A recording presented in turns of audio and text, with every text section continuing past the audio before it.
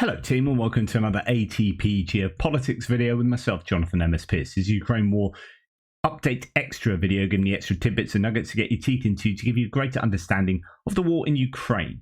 It's going to be a short one tonight. I mean, I often say this and ends up 50 minutes later you're like, really? But really? But really, actually this time, this will be a short one. I'm just going to do a couple of things.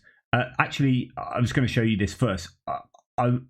I'm going to deal with this in my news piece tomorrow, but it has just been announced that Alexei Reznikov has been dismissed as defense minister by Zelensky, a Ukrainian defense minister, although I think the vote is going to go to parliament.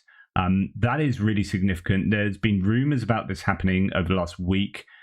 He has been embroiled in some, not the worst, but some fairly low level, well, no, they're quite serious corruption issues. But the question was, did he have any hand in them, or was he just in charge and they happened on his watch type thing? And I think it has tainted him too much that he had to go. Although this was a claim months and months ago, and he didn't go. And I think he was actually just too important at the time to be dismissed. But Zelensky has now made that decision to dismiss him.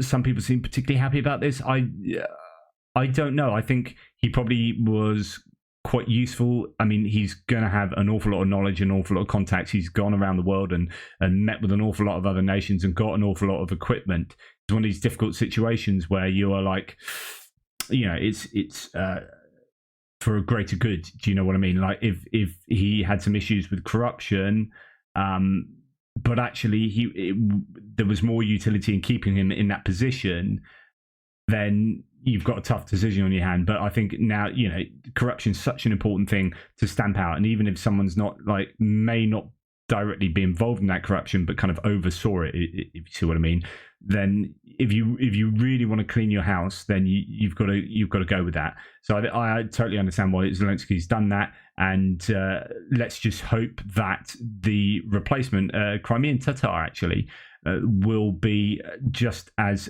good as his job. Maybe some people don't. I don't know. I get the sense intuitively that Reznikov was good at his job, but I could be wrong.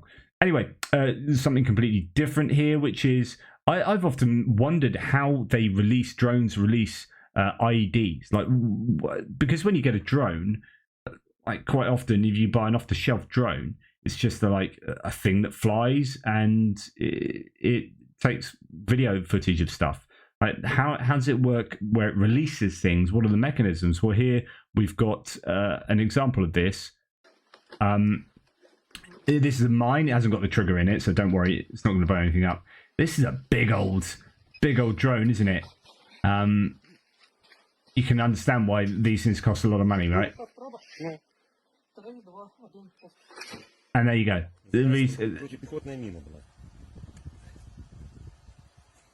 Just some kind of remote switch, but yeah, it's nothing particularly groundbreaking. It's just a switch on a bloody thing. You know, of course, you can have a remote switch, but you know, I wonder whether the drones come with this, or whether these guys have to create a switch mechanism on board that does it. Anyway, that's how it releases. It just has it on a tray and drops a mine like that.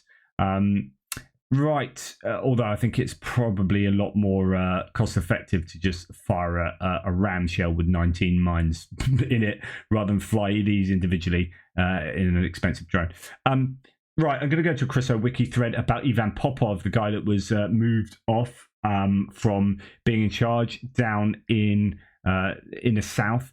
He was a commander of the 58th Combined Arms Army, and he was, by all accounts, a good commander. And it was a case of getting rid of a good commander because he didn't fit. He was too critical of Gerasimov. Anyway, quote, "I effed him up so bad that the bastard fainted," says Major General Ivan Popov of the conversation he had with the head of Russia's armed forces, General Valery Gerasimov. I mean, it's interesting.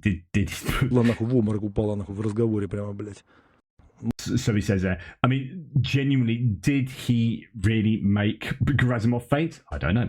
But that led to the dismissal of Popov as the commander of the 58th Combined Arms Army. Right. An audio recording has been published of a part of the conversation between Popov and his former subordinates in which he talks about his dismissal in July 2023 after he complained about high casualties and the lack of artillery support. I mean, these are issues that still remain, right?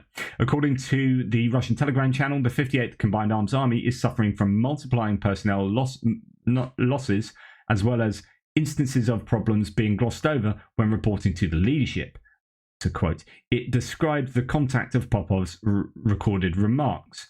Quote, the officers of the 58th 58th Army, not waiting for support from the new command and the General Staff, turned to their former commander Ivan Popov in response. General Popov urged the officers to stand their ground and report only the truth. I mean, absolutely you'd want that to happen. In addition, he described exactly how his conversation with Gerasimov took place on the eve of his decision to resign.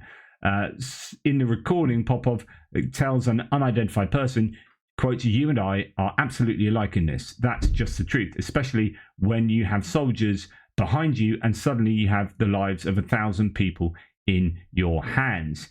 If I were cowardly, then I would look into the eyes of my soldiers and officers. I would simply lose face for the rest of my life, and then I would never forgive myself for this cowardice.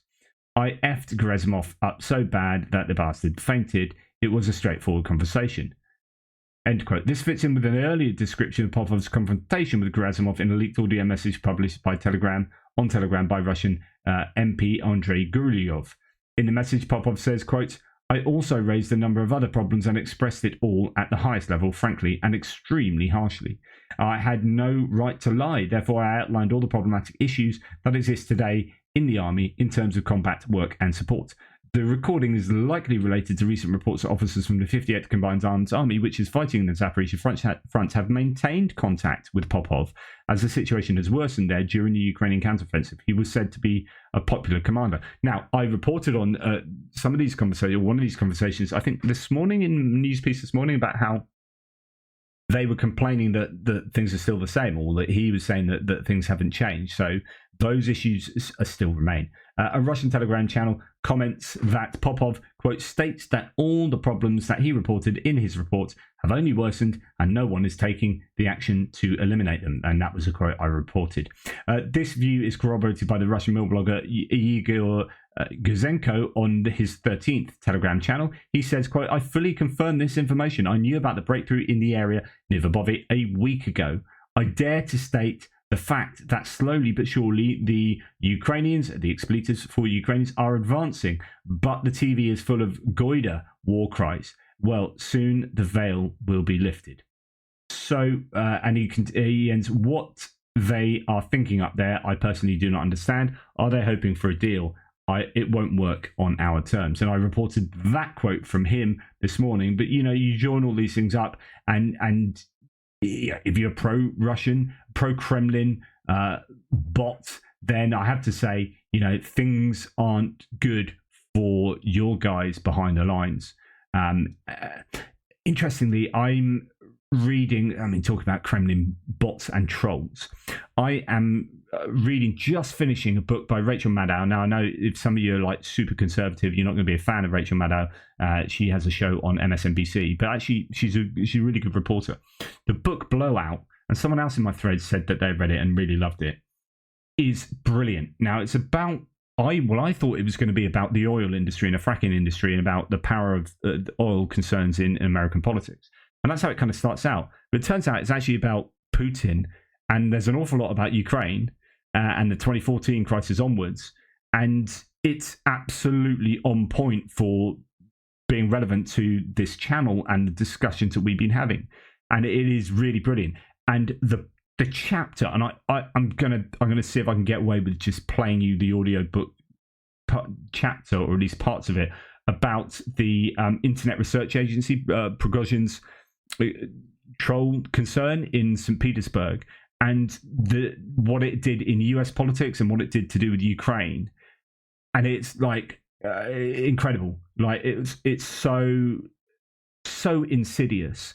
And exactly, it's what I've reported, but it just puts it across really well. You know, the fact that you have all these bloggers that invent persona, like American persona, and other countries as well. I'm using the example of America, where they'll have like they pretend to be all these people all up and down America, like someone from Texas, someone from here, like having, I talked about like someone pretending to have an embroidery blog, or, you know, not pretending they had an embroidery blog, but pretending to be, say, American. And they come out with all this stuff, but then occasionally drip feed loads of contentious political stuff in that just stirs the horn, you know, pokes the hornet's nest.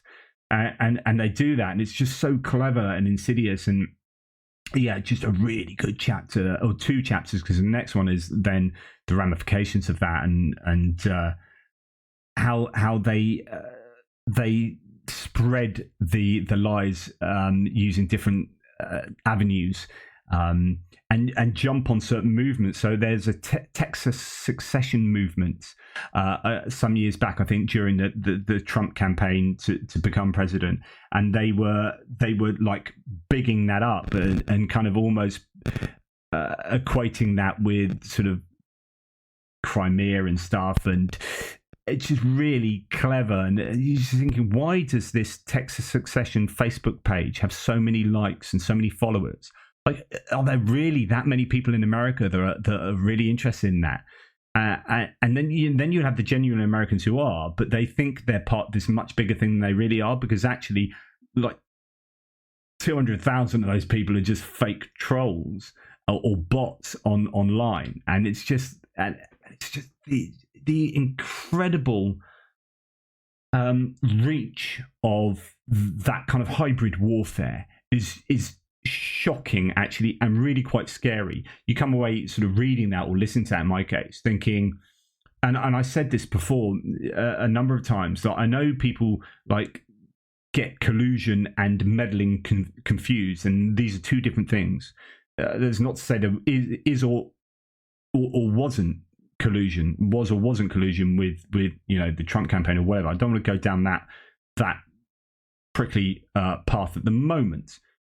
But there was meddling. Like, the Russians demonstrably meddled in, and are continuing to meddle in, US politics and UK politics and French politics and German politics, right? They're meddling, and they're doing it in a really cost-effective way. So if you have buildings full of trolls and bots, then you can cause much more harm to another nation much more cheaply than going to war with them.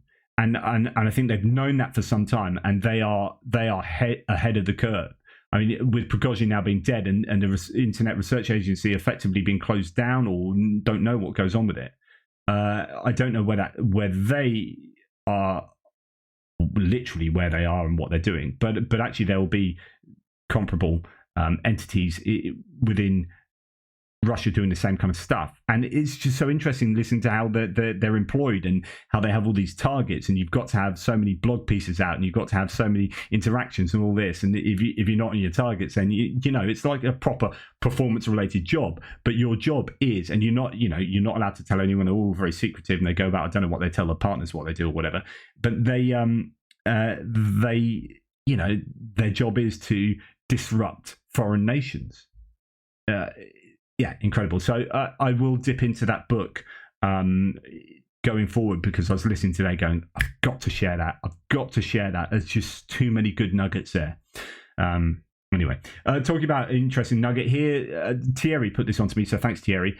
Here is a list from Jeremy, and I'm not going to go through this. I'm going to leave this linked in the description below, but this is just a list of who to follow and who not to follow on Twitter. Now, what's interesting with this one is that I follow a lot of these, and some of these are like, don't follow these people. But interestingly, the critiques of these people are critiques I completely agree with. I follow people knowing that actually I don't agree with you there, or that's a bit dodgy. Even people like Thomas Tyner. So Thomas Tyner has some real expertise in certain areas, but actually sometimes he's a little bit too positive and a little bit too almost propagandistic. And this is exactly what this guy says. He says, don't follow Thomas Tyner. Anyway, some big names that you should follow. Mark Galliotti.